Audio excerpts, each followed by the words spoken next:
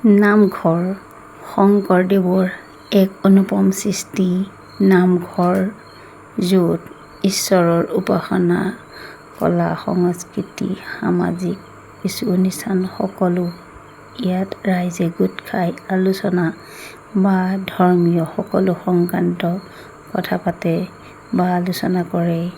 এইভাগ নামঘৰ আমাৰ কলিয়াবৰৰ ছবনী সত্ৰৰ আমাৰ ঘৰৰ একে নিচেই কাষতে। সঁচাকৈয়ে ভাল লাগে নামঘৰ। মাজে সময়ে যদিও অনুষ্ঠান হৈ থাকে তথাপি ভাদমহীয়া নামভাগ আইসকলে গোপিনীসকলে যিভাগ নাম লয় সদায় ভাল লাগে। এইভাগ নামৰ সামৰণি আমাৰ অহাকালিলৈ হ'ব বেয়াই লাগিছে। ইমান ব্যস্ত থাকোঁ তাৰ মাজতে নামঘৰলৈ এপাক গ'লে ভাল লাগে। সময় অলপ উলিয়াই হ'লেও যাবলৈ চেষ্টা কৰোঁ।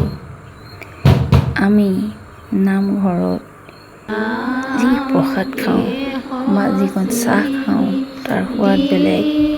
ঘৰত মাহ বুট তিয়াই যেনেকৈ খাওঁ তাত সোৱাদটো অকণ বেলেগ আহে। কিন্তু আপুনি যদি নামঘৰত চাহকণ খায় তাৰ আমেজটো একেবাৰে সুকীয়া। ভাল লাগে। সকলো ভালে থাকে।